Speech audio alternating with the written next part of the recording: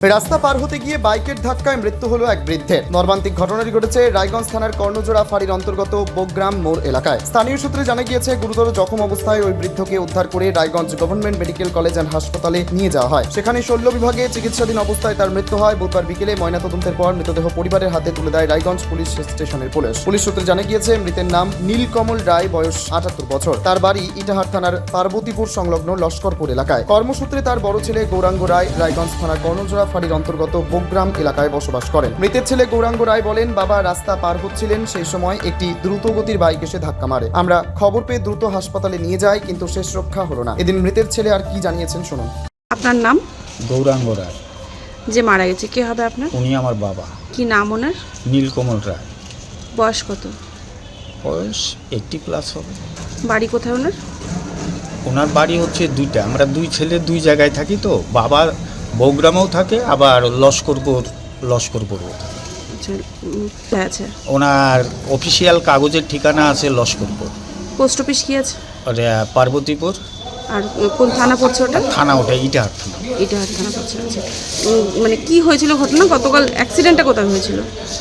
এই বৌগ্রামে ওই রায়গঞ্জ প্লাইউড মিলের একটু দক্ষিণ সাইডে। উনি ওই পাশের বাড়ি কীর্তন থেকে ওই প্রসাদ খেয়ে কীর্তন শুনে বেরোচ্ছিল, ওই রাস্তা পার হওয়ার সময় এই কিসের সাথে হয় দুর্ঘটনা? এটা তো আমরা তো ছিলাম না, কিন্তু যেটা শুনতে পারি যে ওই যে বাইক জাতীয় কোনো কিছুর সাথে, মানে বয়স্ক লোক। কটা নাগাদ হয়েছে কালকে? 6টা 6:30। তারপরে ওইখান থেকে, আমার তো বাড়ি পাশেই, 4-5টা বাড়ি পরে ওইখানকার লোক যায়, দৌড়ায় খবর দিল। তখন তো আমরা কেউ বাড়ি ছিলাম না। আমার স্ত্রী সেই টোটোতে করে নিয়ে রায়গঞ্জ হসপিটালে আসে, আর আমি ছিলাম ওই ইলেকশন ডিউটিতে। ওইখান থেকে আমি হসপিটালে আসি। মারা গেলেন কখন? মারা গেলেন কখন? এই 11টা বা 11:15।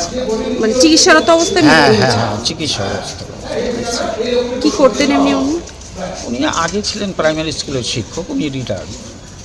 এই ঘটনায় রায়গঞ্জ থানায় একটি অস্বাভাবিক মৃত্যুর মামলা রুজু হয়েছে। ঘটনার তদন্ত শুরু করেছে পুলিশ। উত্তর দিনাজপুরের রায়গঞ্জ থেকে নিজস্ব প্রতিনিধির রিপোর্ট, টাইমস 14 বাংলা।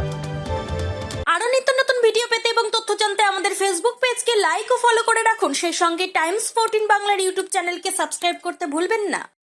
মুখের উজ্জ্বলতা হারিয়ে গেছে, স্পট পড়ে গেছে, ব্রণ ভর্তি, তাই আর দেরি না করে আজই আসুন রায়গঞ্জের চণ্ডীতলায় হেলথ প্লাস মাল্টি স্পেশালিটি ক্লিনিকে এবং এখানে পান অভিজ্ঞ ডাক্তার দ্বারা ফ্রি স্কিন টেস্ট। আরো বিস্তারিত জানতে যোগাযোগ করুন 9674895169 এই নম্বরে।